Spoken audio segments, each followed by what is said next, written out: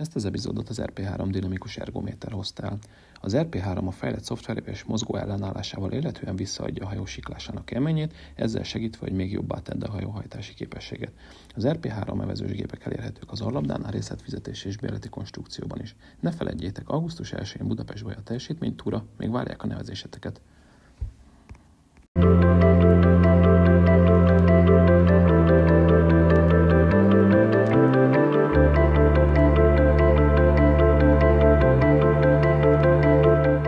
Epizódunk vendége Gadányi Zoltána, akit 3-szor az év evezősének választottak, sokszoros magyar bajnok, illetve a World Italy hosszú távú evezős verseny pályacsúcsának tartója. Mesélj egy kicsit a múlt heti Európa-bajnokságról, milyen érzésekkel mentél ki, és milyenekkel jöttél vissza? Hát elég magabiztosan mentem ki, nagyon jó volt a felkészülésem, és hát maga a verseny is nagyon jó volt. Igazából az előfutam után, amikor beértem, akkor úgy éreztem, hogy ebbe egy 10 másodperc se volt több, tehát hogy maximálisan kihúztam magam. Egy pillanatra elfogott ilyen szomorúság, mert sejtettem, hogy ezzel nem jutottam be. Viszont aztán rájöttem, hogy nagyon jól versenyeztem, ilyen összeszedettem, meg magabiztosan még nem is versenyeztem külföldön, úgyhogy igazából büszke voltam magamra. Meg azt jó volt látni, hogy Polka is ezt látta rajtam, tehát amikor kikötöttem oda italadós tégre, akkor Polka is mosolygott, meg nagyon boldog volt, úgyhogy az ilyen jó visszajelzés volt, hogy tényleg jól csináltam. Milyen időeredményeid voltak eddig egyébként skifben, vízen? Hát nemzetközi versenyen 7.39 volt a legjobban, viszont tavaly az OB-n eveztem egy 7.34-et, és ugye most lett 7.30,83. Hát akkor gratulálok, amúgy ez tényleg egy nagyon, nagyon jó fejlődési ív, annak tekintetében, hogy ugye, hogyha jól tudom, akkor te 2 évig nem eveztél. Igen. A 2023-at megelőzően, hogyha jól emlékszem. És mesélnél egy kicsit erről az időszakról, hogy így mi tört, most egy kicsit így kronológiai visszafelé megyünk az időben, tehát hogy szerintem majd azt is szóba hozzuk, vagy szóba fog kerülni, hogy indult nálad ez az egész evezés, de szerintem az, ami a legérdekesebb téma az, hogy hogyan jutottál majdnem ki az olimpiára, úgyhogy egyébként előtte 2 évig lényegében nem eveztél. Igen, hát előtte 2 évig lényegében nem is sportoltam semmit. Elkezdtem az evezős mesterképzés, evezős edzőt, mellette csináltam egy személyedzőképzést, meg vendéglátásba dolgoztam, úgyhogy így, hát még ha idő lett is volna edzeni, energiám annyira nem volt, meg a teljesítményem az nagyon gyorsan leromlott, tehát hogy már nem volt motiváló elmenni futni, mert olyan lassan futottam, hogy az borzasztó volt, meg nagyon keveset is tudtam, úgyhogy így gyorsan lemondtam az edzésről, és nagyon könnyen váltottam életmódot erre a vendéglátós életmódra. Úgyhogy ez a 2 év igazából arról szólt, hogy dolgoztam, lett saját lakásom, mármint hogy bérelem, de hogy külön költöztem. Meg úgy elkezdtem így építgetni az életemet. És mi volt az a momentum, ami visszahozott téged az evezésbe? Hát igazából az egyetemen a Polkával csoporttársak voltunk, és ő kérdezte meg, hogy ha már így ezt tanulom, meg így azt látja rajtam, hogy tök lelkes vagyok, akkor nem akarok edzősködni az MTK-ba. És akkor hát még aznap így gondolkoztam rajta, és rájöttem, hogy miért ne. És hát edzőként kerültem oda az MTK-ba először, és amikor Balázs felvett, akkor mondta is, hogy szeretné, hogyha visszatérnék, mint sportoló, de hát akkor igazából csak nevettem ezen, mert én már nagyon nem tartottam magamat sportolónak, meg szerencsére nekem ezt is sikerült teljesen elengednem, hogy én élsportoló vagyok, sikerült elengednem azt az álmom, hogy egyszer olimpiára megyek, tehát hogy én ezzel így nem tudom, meg tudtam elég hamar barátkozni ezzel a gondolattal, hogy már nem vagyok élsportoló. És nem is voltak ilyen ambícióim. Aztán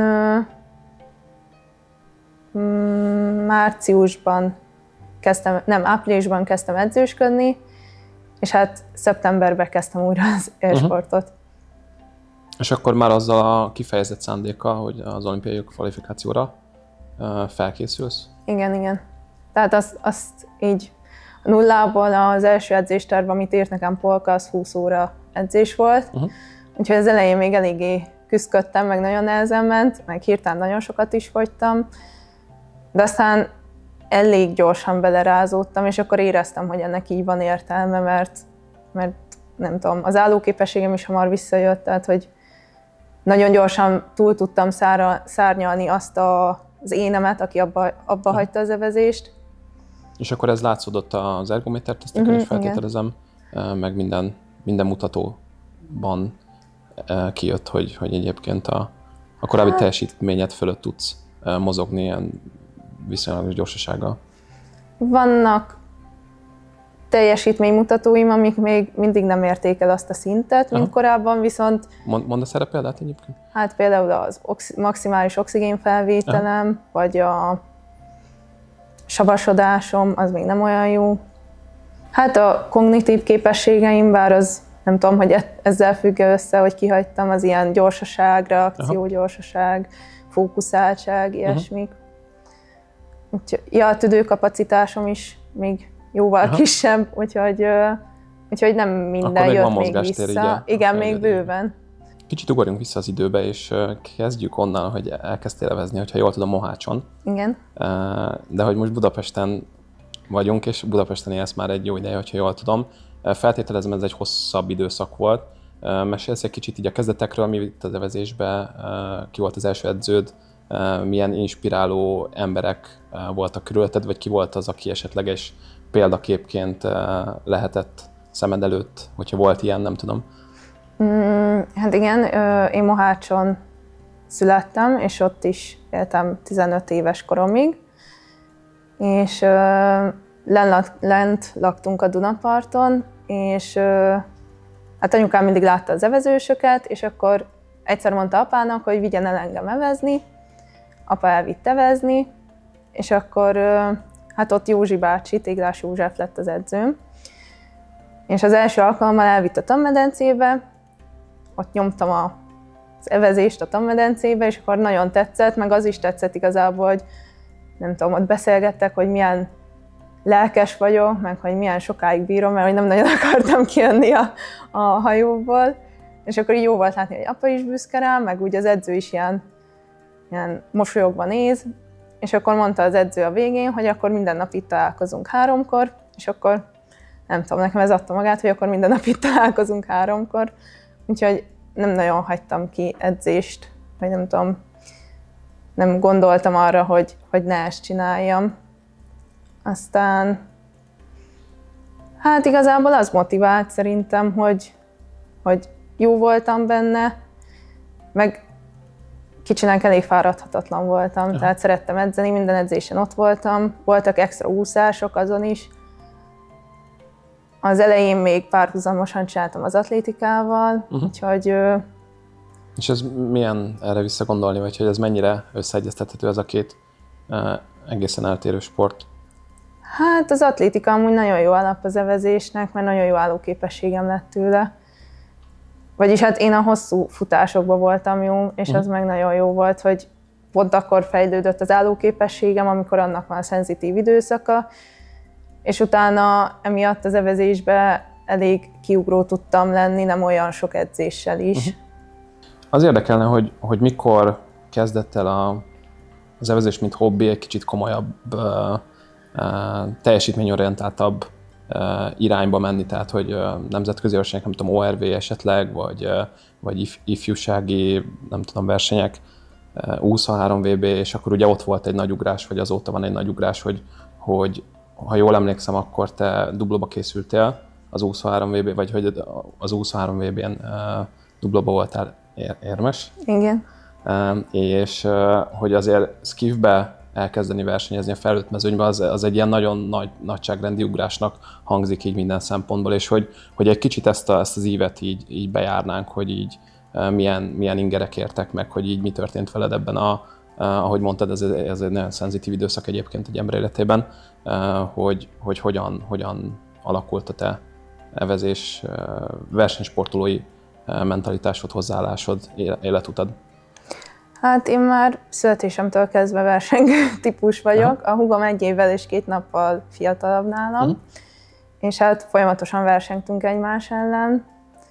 És hát húgom 3 éves kora óta, én meg 4 éves korom óta sportolok, és mindig versenyszerűen csináltuk. Elején a judót, utána az atlétikát, aztán meg az evezést. Úgyhogy nekem már, hát meg anyukám is igazából kiskorunktól kezdve azt mondta, hogy olimpia a cél, úgyhogy nekünk mindig ilyen teljesítményorientált volt a sport, amellett, hogy szeretünk is nagyon edzeni, de hogy mindig a győzelem lebegett a szemünk előtt, és hát ez igazából nem nagyon változott, vagy nem tudom, én nagyon szeretek versenyezni. Skipbe már skipbe, serdülő 2-be kezdtem jól lenni, akkor ifjú OB-t nyertem, és akkor így rájöttem, hogy ez is jól megy nekem, nem csak a csapat, és az U23 első 3 évét amúgy skipbe csináltam végig, és akkor már versenyeztem felnőtt versenyeken is. Tehát akkor még így nagyon hektikus volt a teljesítményem, meg nagyon nem volt egyenletes az, hogy egy-egy pályát hogy tudok egymás után menni. Viszont arra nagyon jó önismereti út volt, mert előtte mondjuk egy csapatban azért hajlamos azt gondolni, hogy biztos a másik miatt nem megy úgy, vagy nem tudom, bennem voltak azért ilyenek. De skipbe rájön az ember, hogy hol vannak a gyenge pontjai, vagy hogy mennyit bír, és ez nagyon jó, mert akkor tudsz fejlődni, és utána a csapathoz is úgy tudsz hozzáállni. És ezután az utolsó évet töltöttem igazából dublóba, 23-ba. Aztán még 2 évet felnőttbe is dublóztunk, de ott már nem nagyon sikerült fejlődni, meg előrelépni, és igazából ez volt az egyik oka annak, hogy így elvesztettem a motivációmat, hogy nem láttam olyan lehetőséget, amivel én olimpiára tudok kijutni. Sajnos ezt a témát így nem tudom nem szóba hozni így az olimpia kapcsán, hogy ugye olvastam is veled kapcsolatos interjúban, hogy neked, amikor abba hagytad az evezést 2021-ben, akkor ezek szerint, hogyha jól számolom, igen. Hogy akkor a legnehezebb azt a gyerekkori álmot volt elengedni, hogy olimpiára mehess.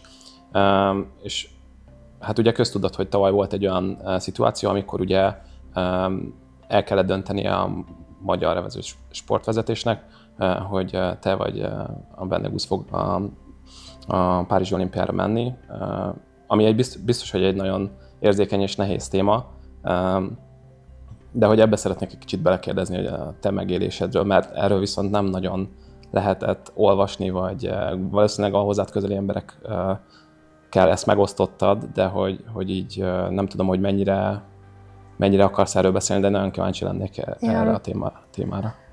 Hát igazából ott Luzernbe, amikor Bende is beért azon a helyezésen, amin én, tehát hogy mind a ketten megkaphatjuk a kvótát, már akkor 99%-ban biztos voltam benne, hogy nem én fogom megkapni. Viszont azért nyilván volt bennem remény, meg azért elég sok tényt fel tudnék sorolni, hogy miért lett volna jó mellettem voksolni, de hát nyilván ugyanígy szóltak Bende mellett is érvek. De hát amikor felhívott az Otto, hogy mégse én kapom, akkor rosszabbul esett, mint amire számítottam. Utána volt egy ilyen 2 hetes időszak, amikor inkább otthon edzettem, meg kicsit magamba fordultam, az nehéz volt. De talán adott egy ilyen extra motivációt is, hogy nem sikerült elérnem, viszont legközelebb úgy szeretném elérni, hogy ne ilyeneken múljon. Világos. Azóta viszont így hosszú távon azért látom a hátrányát annak, hogy nem én mentem az olimpiára, mert az már így támogatottságba, finanszírozásba, vagy így eladhatóságba is ugye azért az magasabb szinten áll, hogy voltál olimpián, mint az, hogy nem voltál. Úgyhogy ez így utólag kicsit azért néha eszembe jut, hogy kár, hogy nem én mentem.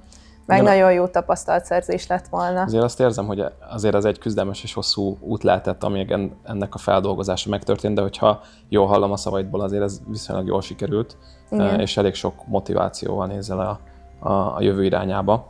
mert szerencsére lesz még olimpia 3 év múlva, úgyhogy ilyen szempontból szerintem ez egy örömteli dolog tud lenni, hogy azt hallom a hangodból, hogy ez inkább motivációval tölt el.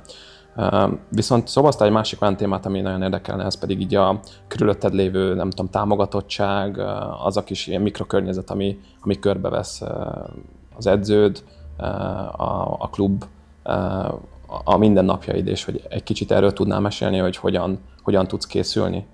Hát vannak részei, amik elég jó szinten vannak, tehát hogy például az Egyesületből kapok fizetést, mint edző, és ez azért nagy segítség, mert szerintem magas szinten sportolni úgy, hogy mellette dolgozol is, azt nem lehet. Tehát megpróbálták már sokan, de nem tudsz egy olyat kihozni magadból, amikor a nemzetközi mezőny az pedig folyamatosan tud edzeni. És szerencsére a sportkórházban is elég sok lehetőség van számomra, főleg így, hogy bekerültem az LA10 programba, így tudtunk menni rendszeresen a Kovács Péterhez ilyen diagnosztikai mérésre, meg jártam heti szinten pszichológushoz, ami nagyon sokat tett hozzá, hogy az EB maga biztosan versenyezzek. Hát ami nehézség, hogy nagyon messze lakok, vagy annyira nem messze, de azért messze lakok az Egyesülettől, úgyhogy oda vagy Polka visz engem kocsival, vagy biciklivel szoktam lejárni. Ez milyen távolságot jelent egyébként így? Hát mondjuk... én itt lakok a tehát, hogy akkor... környéken, igen, egy olyan 12 kilométer, de az tömegközlekedésre az több mint 1 óra. Igen, világos, ez nekem is megvan ez a logisztikai probléma, csak nyilván én egy más nem tudom, időszerűséggel járok le mondjuk a Csepeli Evezős Klubba, mint te, tehát hogy nekem nem kell napi egyszer vagy kétszer lemennem, nem tudom, hogy te egyébként így hogyan épül fel mondjuk egy heted így az evezős edzés, nem tudom, akár erőléti edzés, vagy bármilyen olyan kiegészítő sport, azok hogy oszlanak meg így a penzumban? Hát most már október óta erőléti edzővel is dolgozok, heti 2-szer. Az ott van, ahol lakok, úgyhogy ez nagyon közel van. Általában délutánonként szoktam evezni. Tavaly, amikor újra kezdtem, akkor napi 2-szer eveztem, most már csak napi 1-szer. Hát délelőtt általában otthon ergózok, mert kaptam az Egyesületből egy ergót, és még mellette szoktam biciklizni, úszni, futni, úgyhogy elég színes és változatos amúgy az edzéstervem. És akkor, tehát hogy az lenne a kérdésem, hogy mondtad, hogy amikor elkezdtél újra ennyire intenzíven edzeni, akkor napi 2-t eveztél, és hogy itt mi volt tehát mi volt az oka a változásnak, hogy most már ez nem így van? Ez ilyen edzői tanács, vagy ez a nemzetközi trendeknek a valamilyen szintű követése? Hát a pontos okát nem tudom, szerintem inkább az lehet, hogy az elején azért hát 2 év kiagyással eléggé elvesztettem ezt a hajóbiztonságérzetemet, meg azért bele kellett jönni, egészen más technikával evezek most, mint mikor abba hagytam. És ahhoz hozzá is kellett erősödni, meg kellett szokni, úgyhogy ez is lehetett az oka. Meg hát Polka időbeosztásától is függ azért, hogy mikor tudok 2-t evezni, mikor 1-et.